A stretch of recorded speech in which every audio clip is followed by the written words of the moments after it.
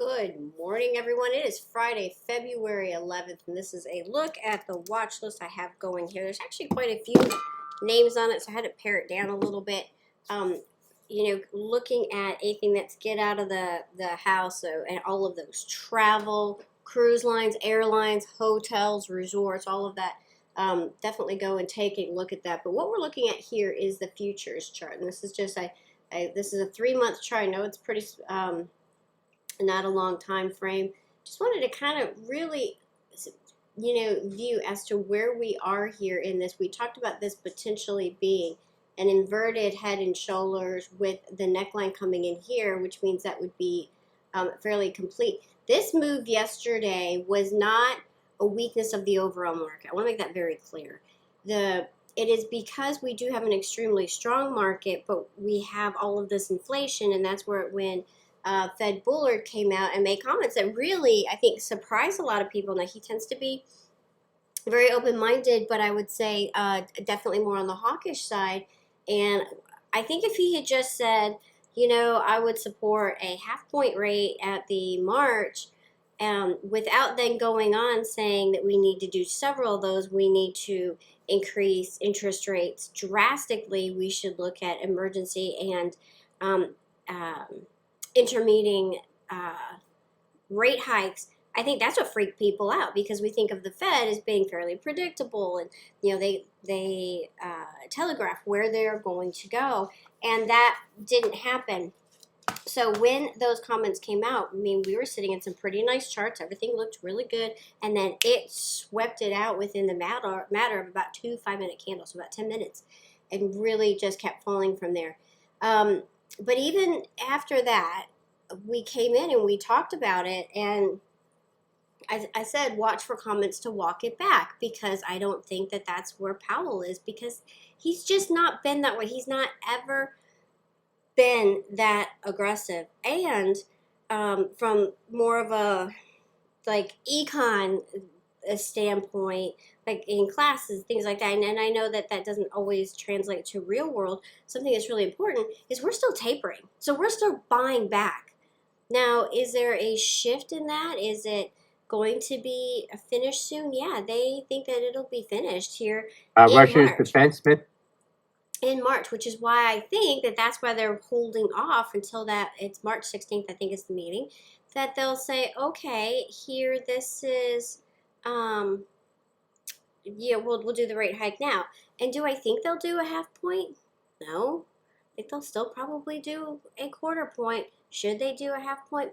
Honestly, I do think they should. I think rip the Band-Aid off, be done with it, and see if we can, when you need to stop the bleeding, you put the tourniquet on, you cinch it down as tight as you can. And I think in this case, that might be a better way to go to curb the inflation, which is on its hottest pace. Now, big differences between now and 1982. So I've heard that come up a lot as to where we are in the market.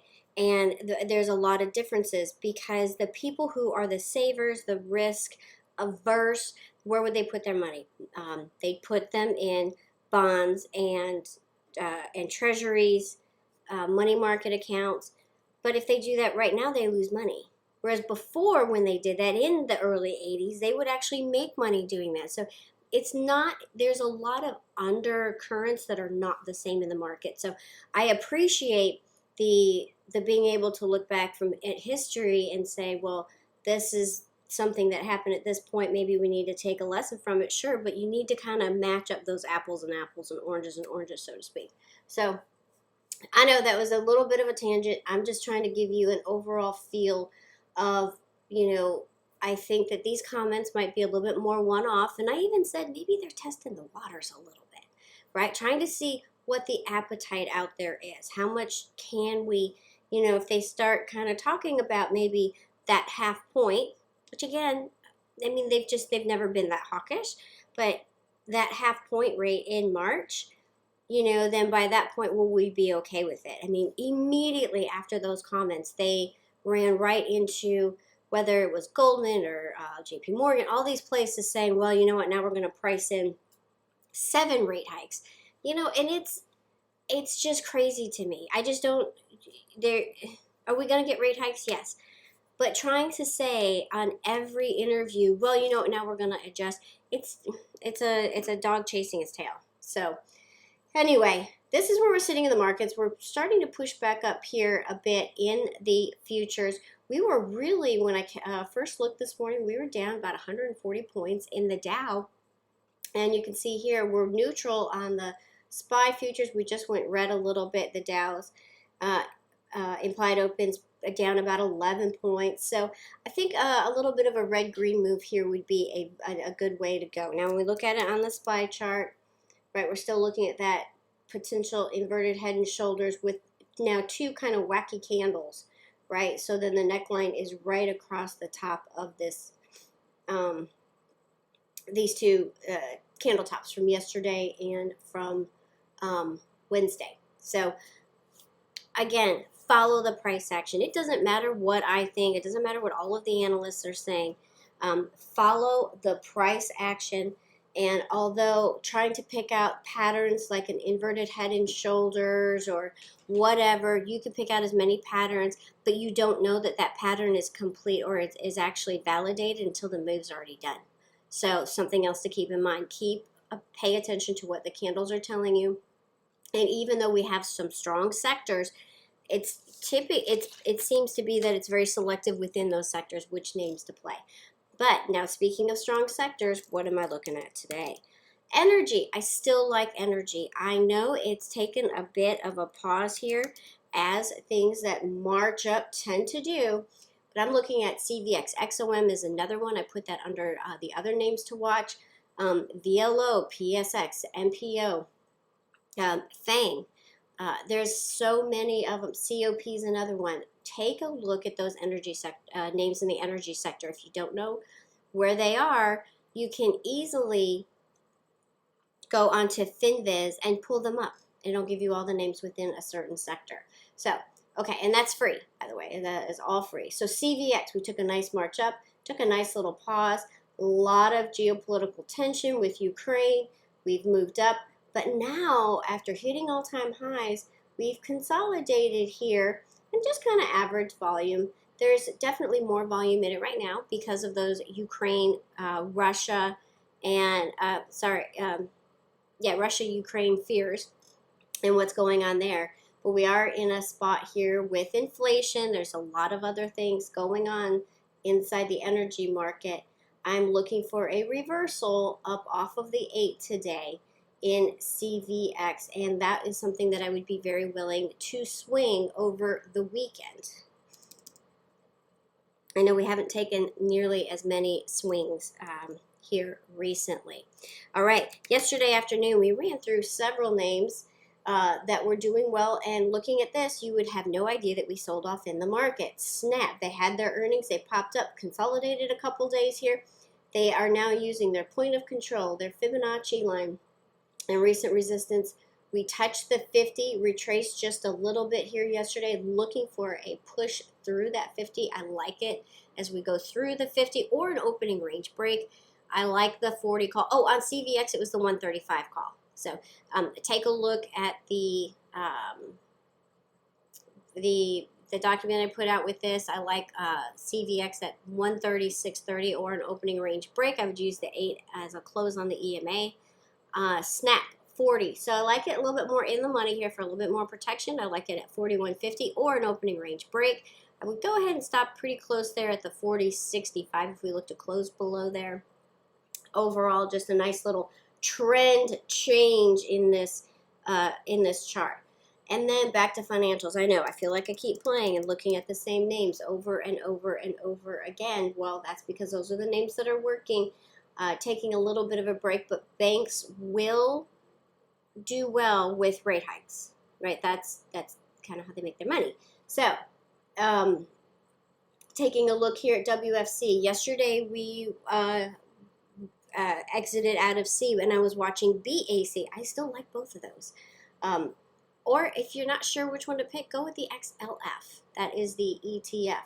So watching for WFC to make a reversal here. I like this at 59.10 or an opening range break. I'm going to go ahead and stop it at 60.20.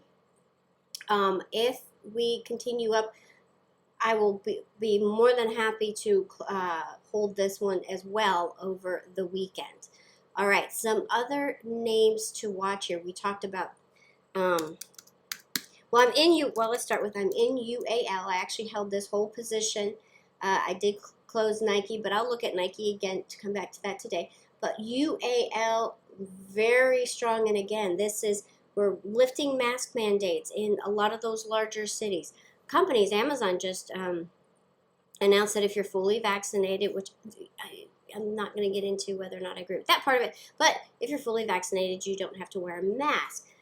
So a lot of those restrictions and the data coming out about COVID and these new variants, we're traveling. We want to get out. We've been waiting for 2 years to do so. So look at your airlines. Love, LUV, so that's Southwest, DAL, AAL, Cruise Lines, RCL, NCLH, what's the other one? CCL, Carnival Cruise Lines. Hotels, HLT, HMAR. Those are awesome hotel chains. Or you can look at the sites. BKNG for Booking, EXPE for Expedia, and Airbnb. So those are all ones to look at as we get back out. So keep an eye on those. And EXPE reported, and I believe, where are they this morning? Yeah, they're going to gap up pretty hard. They went up to 208.75, and that is a monthly pivot sitting in there. So they are off of this chart already on the run. So day trade in EXPE, because it is the earnings play versus a swing trade. And a couple others just to keep a quick eye on. Zen announced they had news yesterday, big candle, so look for a day trade in Zen. KSS, so it ended up coming right back in yesterday, but a lot of private equity or private capital looking at coal. So watch this. This still makes a nice day trade. Sava, heard Charles and the news sites talk about news out of this. I know that they're waiting. I don't know when it comes out, but I want to say it's next month, but I'm not positive. An Alzheimer's drug. They're waiting for testing from that, and all indications are that it's going to be very positive news. So keep an eye on that. But again, very, very cautious. And lastly, AFRM, right? They accidentally tweeted out part of their earnings yesterday. Did they? Well, not really sure. I believe that. I find it kind of hard to believe that they would do that in the middle of the day. It's just getting hammered here this morning, so watch this for just a very quick, maybe just a bounce off of that.